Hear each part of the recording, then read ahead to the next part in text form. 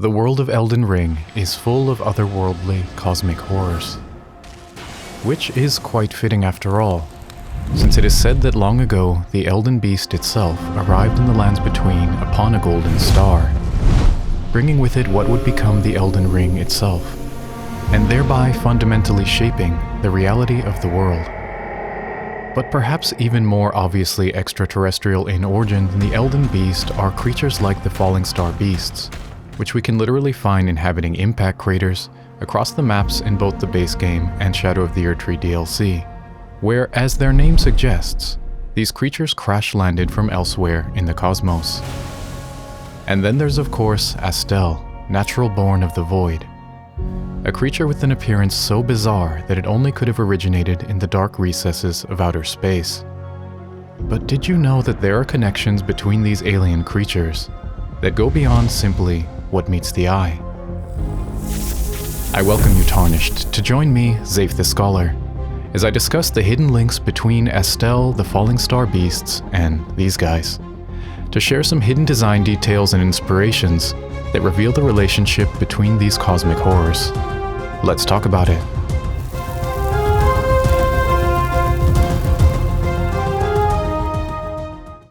So I think most players who fight both of these enemies enough times will start to pick up on the fact that the Fallingstar Beasts share a lot of physical similarities with Astel.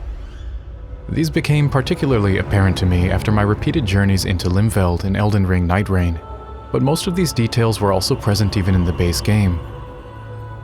To point out the obvious commonalities first, in both their immature and fully grown variants, the Fallingstar Beasts have these long black mandibles protruding out from their faces, much like the ones found on Astel. They all also have these long tails that are used as weapons, and use attacks that involve manipulating gravity to varying degrees of effectiveness. And looking at them side by side, we can see that the fully grown beasts have a larger, spikier tail than the immature ones. And Astel's tail is even larger and spikier still. And while immature Fallingstar Beasts lack any discernible eyes or visual apparatus, the fully grown Fallingstar Beasts and Astel both share these large centralized eyeballs, further hinting at some sort of physiological relationship between these creatures. And so all of these similarities have led some players in the community to speculate that not only are the Fallingstar Beasts related to Astel, but they actually are Astel, or at least a larval or intermediary form of them. And for some fun headcanon, we can probably just stop there and call it a day. But this theory gets even more convincing when looking at the mature Fallingstar Beast model more closely. More than just sharing the same large eyeball with Astel, a bit below this eye, beneath a layer of fluff on its face, we seem to be able to make out the outline of Astel's facial structure. And sure enough, if we use an external program to give him a bit of a shave and remove this fluffy texture, we see that the Fallingstar Beast indeed already possesses a fully formed Astel face, hidden below this layer of hair. And I have to say, seeing him like this with his head fully exposed is equally creepy and hilarious. And I feel like this in-game evidence makes the connection between these creatures pretty rock solid. See what I did there? But does this suggest that Astel and the Fallingstars are the same creature at different stages of development, or simply a related but distinct alien species? Well, in terms of tying them together, we unfortunately are never told much via in-game text about a connection between the Fallingstar Beasts and Astel. The description of Astel's remembrance reads, "A malformed star born in a lightless void far away. Once destroyed an eternal city and took away their sky. A falling star of ill omen." So the fact that Astel is described as a falling star definitely seems to hint at a connection. But if we take a look at the Japanese text, we can actually see that two different words are used here. Astel is referred to as Erdyusei, the typical word for shooting star, whereas the beasts are referred to as Furuhoshi, which would translate closer to falling star. So the terms are definitely close, but not quite exact. But while we're on the subject of translation, Astel's name in Japanese, Ankoku no Toshigo, also offers us slightly more info for his origin than his English one. Rather than being called natural born of the void, the Japanese refers to him as an illegitimate child, or bastard of the void, I'm assuming this was likely changed for localization reasons, since Astel, Bastard of the Void, sounds kinda funny to me. But oddly enough, the same word is used for one of Astel's weapons, which was more straightforwardly translated as Bastard Stars. And considering a bastard sword is such a common fantasy weapon, I guess that makes sense. In any case, Astel being referred to as a literal bastard or an illegitimate child does add a layer to his mysterious origins, in my opinion. Just what sort of parents birthed this abomination?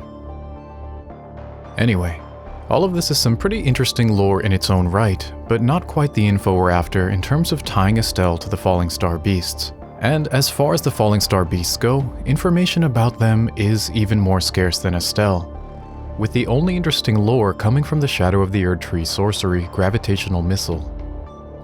Its description states, one of the glintstone sorceries that manipulates gravitational forces, said to have originated in the lightless dark far beyond, the home of the Fallingstar Beasts. Since both this and Astel's description allude to a home characterized by lightless darkness, this too does seem to hint at a connection. Hey guys, Zayf in Post here. So as I was going through music tracks for this video, I discovered one more connection that seemed worth mentioning. If you actually listen closely to the themes for Astel and the Fallingstar Beasts, there are some clear musical similarities. Have a quick listen for yourself and let me know what you think.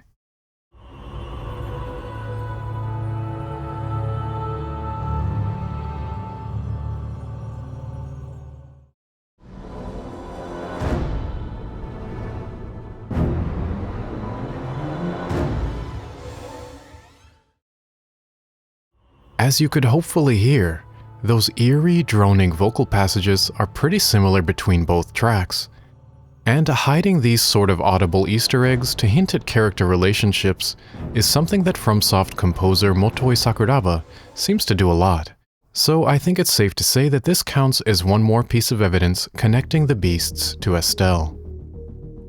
But as some users on Reddit point out, learning about a likely real-life inspiration for these creatures makes the theory that Astel are simply mature Fallingstar Beasts even more compelling. So let's talk about Myrmeleontidae, or what you might know as antlions. In its larval form, the antlion is an insectoid terrestrial predator that burrows holes in the ground that it uses to trap passing ants and other prey to feed on them for sustenance.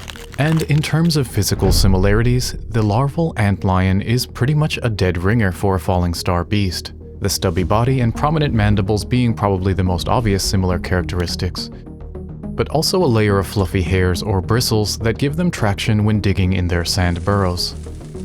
And speaking of sand burrows, we can also note that visually speaking, the craters inhabited by the Fallingstar Beasts are quite similar to the sand pits where larval antlions catch their food, which seems like more evidence of possible design inspiration. Fun fact, in Japanese culture, this death pit used by antlions to catch their prey is referred to as Arijikoku, or ant hell. And this has served as inspiration for many an anime and game series over the years, including one of my favorite Pokemon. Go ahead and drop a comment if you know who I'm talking about. But the connection to antlions and Astel gets even more interesting when we consider what happens later on in their lifespan. Because after hunkering down and gorging themselves on ants and other prey, the antlion goes through a truly remarkable transformation, trading in its stubby legs and body for a more elongated, spindly frame, and growing prominent translucent wings, becoming a dragonfly-like creature known as an antlion lacewing. Looking at Astel, we can see that he possesses a similarly thin body and spindly arms, as well as iridescent wings that do look quite reminiscent to those of a lacewing. And from the very start, Astel's wings were always something that stuck out to me as being oddly insect-like in their design language. And so being inspired by a real alien-like insect we have here on Earth makes a lot of sense to me.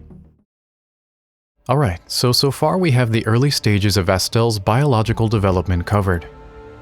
The Fallingstar Beasts land in the lands between from somewhere in outer space, protected by their durable stone exteriors, and spend some time using their impact craters as a makeshift den as they mature. As they grow, they start to develop Astel's recognizable facial structure, complete with its empty eye sockets between their mandibles. but only its large central eye is actually visible from above its head fluff.